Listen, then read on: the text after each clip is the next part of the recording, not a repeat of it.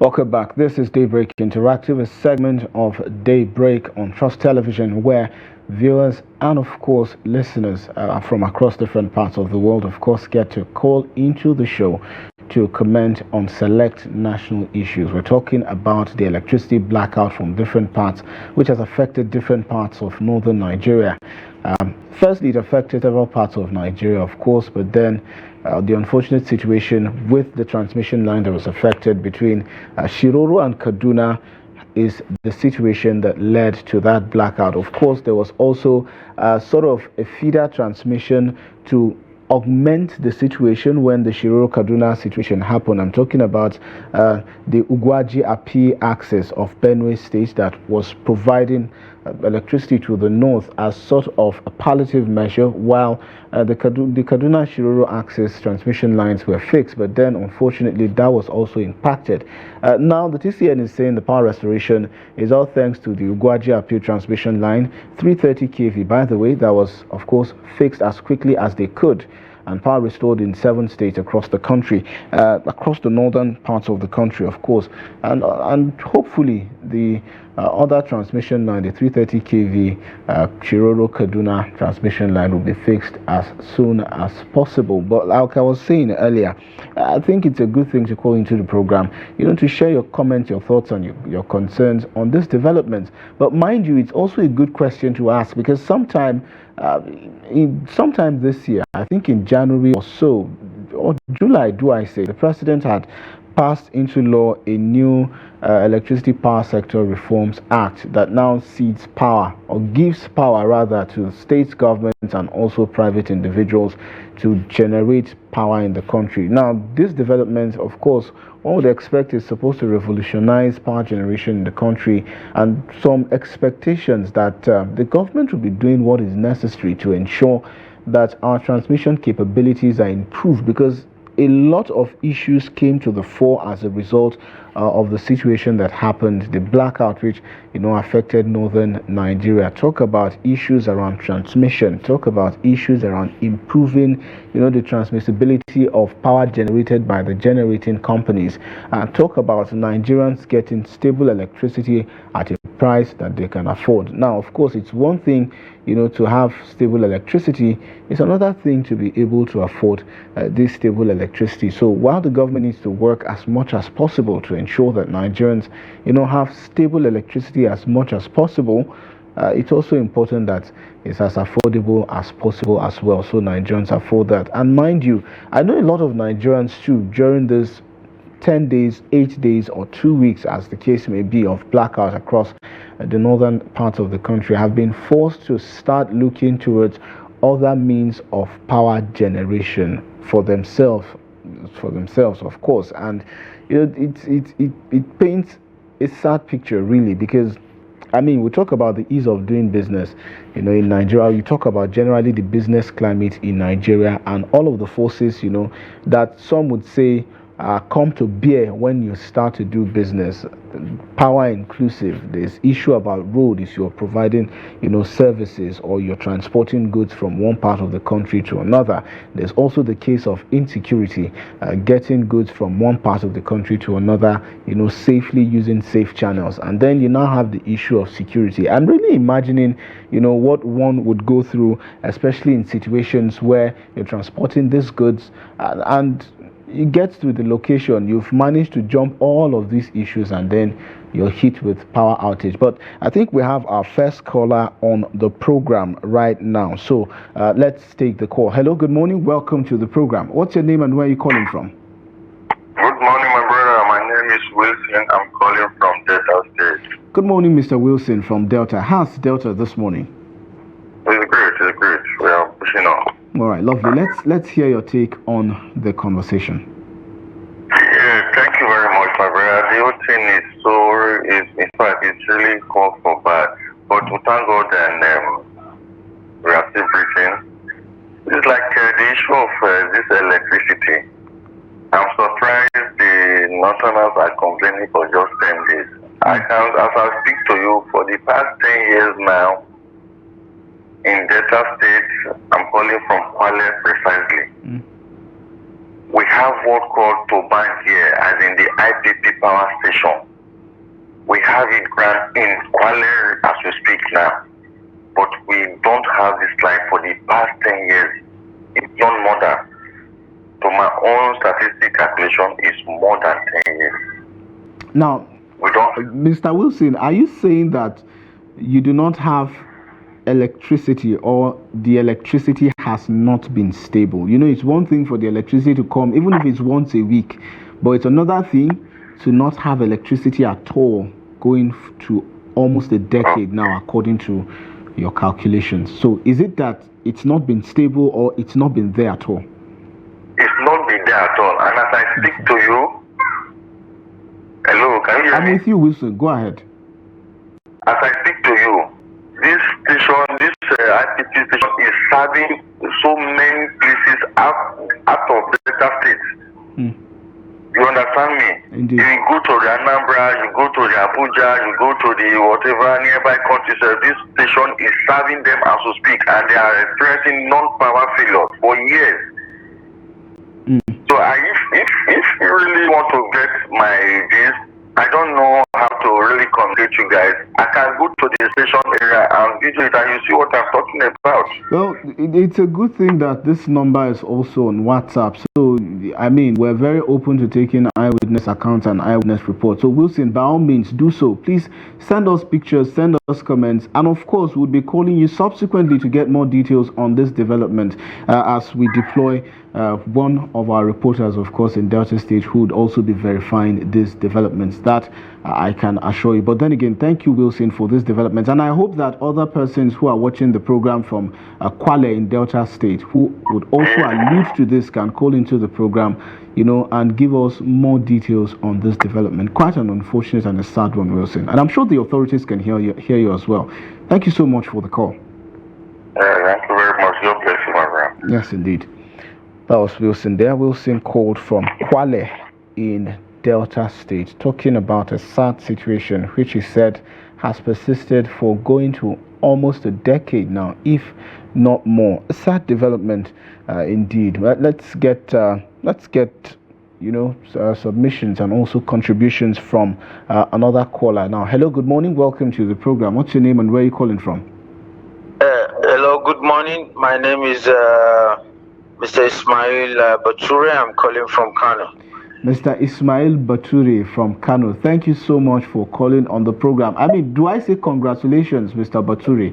You know, power restored after how long? Yes, it's a little congratulation, I can say, you know, to the northern people. But actually, we're having a problem here in Kano because some jobless youth use this opportunity of the power shortage in the north and vandalize, so many transformers, like especially the transformer in my area. Some people came the other time and cut so many wires. Unfortunately, that's an unfortunate situation. Mr. Bature, please, I would like you to tell me more about this situation, but can you also please turn down the volume of your TV set, because I can actually hear it, from this side of the studio. So please turn it down so that it doesn't interfere so much with our conversation, and so we have, a smooth flow. But then you're talking about the vandalization of this equipment. Did it just happen in your area? So unfortunate that it happened, but can you tell me more about this development in the sense of where else it happened? Yes, there are so many areas in the city of Kano that we have gotten information on social media. Some people share it on the groups that some bad eggs get to the transformers and vandalize. They stole so many things and get away with it. So to us, we can say it's a congratulation for the TCN to restore the light, and but unfortunately to us, we couldn't be able to get light till now. That's an unfortunate situation indeed, Bature. I really hope that the authorities can hear you and, of course, would bring succor as quickly as possible to avert Absolutely, this. and an advice that I'm trying to say, or to give to the Nigerian government is that we're actually having a problem of these lights for a very long time, and electricity is one of the major aspects, that you can, in fact, It's a the major masses, driver of economic activities. to benefit on.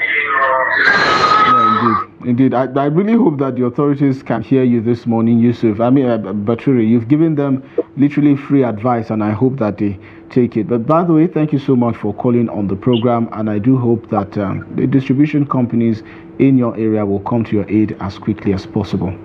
Thank you so much, and God bless. Then. That was Bature calling from Kano State with developments there. I mean, it's one situation to, not have power distributed or transmitted to your state due to a blackout, but it's a different ball game altogether. When the power is not there, and then miscreants in this situation, would go and vandalize power equipment and infrastructure. But then again, I will be taking, comments and of course contributions from some of our correspondents across the different states. Right about this morning, I have joining me on the program Hamisu Matazu. He is the Bureau Chief of the Daily Trust in Borno State. He joins us on the program to give some updates on the situation. Good morning, Matazu. Welcome to Daybreak. Interestingly, you're joining Daybreak Interactive, but then you're giving situation reports, of course. Can you tell us the situation in Borno State as at right now with regards to power restoration and the activities, of course, that has impacted? Good morning. For us, it's a double jubilation, I can say, because for more than 6 days, for more than almost a week, we are in total blackout. Initially, if you recall, Borno State has withstood about over 6 months without electricity, until when the NNPC intervened and established a gas plant, which we rely totally on. But days back, it developed a technical issue, and we went completely in a dark. But just yesterday, the light was restored, and I was able to establish that both gas plant and the national grid were put to use. So I can say it's a double jubilation for us, because at least we have a backup for the gas plant, and at the same time we were able to get the national grid. But as Borno State is one of those states that one would describe as resilient, bearing the fact that over the course of the last decade and a half, we've seen, situations that the state as a whole has survived, talking about the impact of insurgency. Very recently, a flood caused by the Alo Dam that, wreaked havoc in the state capital. And now talking about the impact of electricity blackout on businesses in the state. Can you talk to me about the impact of this on these businesses and what they are saying? I mean, how did they receive and also absorb this additional shock to previous shocks that they're still trying to recover from? I like the way you put it. People here, I can say that I'm very happy with the way people handle the issue here, because people are very resilient, as you rightly pointed. You will see, despite the hardship that people are going through, they are still struggling to make a living. And recently, despite the disaster, people are picking up the pieces. You can see from the business side and in social interaction. Talking about the business side, you can see people have returned to businesses. If related to the electricity, when the light was gone totally up, you can see how people are struggling with people like the butchers that usually store meat in cold room, and people that are into ice block selling, people that are into perishable goods selling, and even at home. You will see the kind of situation people it subjected people into, because most people incur a lot of losses, especially those selling meat at the abattoir. If you come to Maiduguri, you will see how these animals in a day, based on what the chairman of the Butchers Association was telling me, they slaughter over 100 cows. Interesting. But the issue is that they have no storage because it cannot finish over in a day. So sometimes they store them in their cold room, but with the electricity problem, they have to find people that are selling ice block, and selling ice block, the price of the ice block become skyrocketed. What they normally buy 15 naira, they are buying it 200 naira, and you can see the amount of ice block that they use to put in the fridge for them to store it so that it will not perish. So, and at the same time, if you check at home, almost virtually everybody was affected, because some people usually store some of the perishable goods in their fridges, and without notice, the light went up. So a lot of the people have incurred a lot of losses, and even the business side. Hamisu Matazu, the Bureau Chief of the Daily Trust in Borno State, thank you so much for the submissions. I mean, it's really inspiring the way you've narrated how business owners and businesses in the state are really struggling to meet up with the demands of their businesses in spite of the plethora of challenges that they continue to face. Thank you so much for the update, and of course for providing a situation report on the developments in Borno State. My pleasure. All right, that was Hamisu Matazu, the Bureau Chief of the Daily Trust in Borno State, giving us a situation report on the development. I mean, talk about resilience, talk about Nigerian business owners who would do whatever is necessary to ensure that, they just make ends meet. I mean, what's the option? What's the other option, right? It's not a palatable one. But then that has been the situation. Now we'll cross over to Adamawa State, where we have Abdullahi Ahmed standing by to give us, of course, an update of the developments in the state. Abdullahi, I would say it's a pleasure to have you on the program this morning, but then again, I don't know if it's a pleasure to have you talk about the development in Adamawa. So perhaps I should start by asking you, do you have lights? Not really. This has been the case for the past almost close to 2 weeks now for most residents in Yola, where I currently reside. And just like Matazu's assessment of the situation in Maiduguri, it's a similar situation here in Yola, particularly from small business owners, artisans. You're talking about tailors. You're talking about people who are in business, for instance, who are either unable to operate at all or have to deal with losses because they've collected jobs that they were supposed to deliver on, and because of this power outage, they have been unable to do so, and it is costing them a lot of money just to make ends meet in terms of those deliverables. But also for households, for instance, imagine just being without power for, say, 2 weeks, right? So you have a lot of food items in your fridge, and imagine what that does to you. And you also have a lot of housewives who are in the business of ice blocks and selling pure water and things like that. Those businesses have been completely wiped out. Even though demand is quite astronomical, they do not have the generators, they do not have the solar batteries that they can use to to power these refrigerators that are often used to generate a lot of money.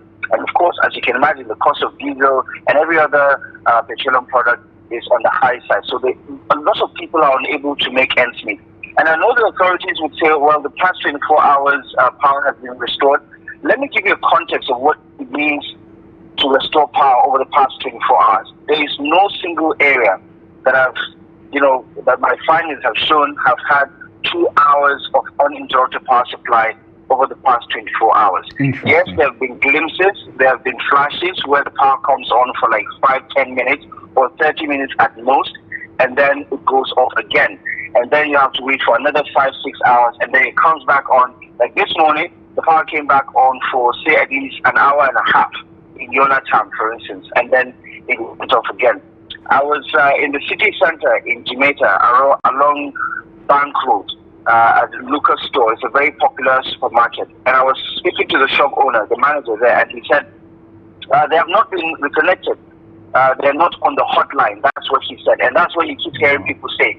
Oh, the people on the hotlines are the ones who have been given priority. So they're the ones who enjoyed the restoration of the power supply over the past 24 hours. And that, just tells you the picture of how the dichotomy still exists, even within the power sector, that there are some high priority customers that usually get these power supply before others. And at the moment, I think we're dealing with not just the restoration problem, but also from the reports that we've been getting, some communities now have to deal with an even bigger problem, because as soon as the power came back on, there were some problems with power surges. So you had transformers that were blowing up, right? And it was happening significantly across so many communities, because late as that last night, I saw a lot of people trying to call electricians, trying to call the YEDC officials to come help fix their transformers, because the power came back on, and I think the surge either blew up the transformer or some electrical fault was responsible for their transformers blowing up. So a lot of communities right now will have to still wait for those transformers to be fixed, and then hopefully pray that this restoration initiative that the government says is working hard to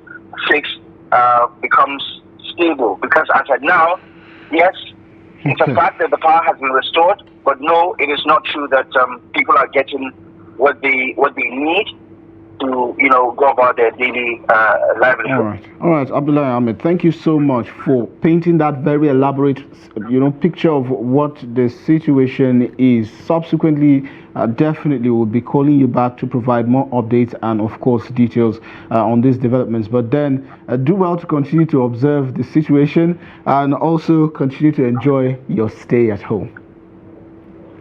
Okay. Thank you very much, Sagir. All right, then. That was Abdullah Ahmed, of course, Trust TV reporter, who is in Adamawa State, Yola precisely, observing the situation there and, of course, enjoying a much-needed leave. I hope he enjoys his time there, of course, and he brings back goodies when he returns to the office. But then again, that wraps up, this segment of the program. We have to proceed to the discussion segment, where we'll be expecting more experts in the electricity industry to provide more context to these developments. Unfortunately, we'll not be taking more calls as we have to wrap up this segment. But then we'll go on a quick break, and when we return, it'll be time for the discussion segment of Daybreak. Stay with us.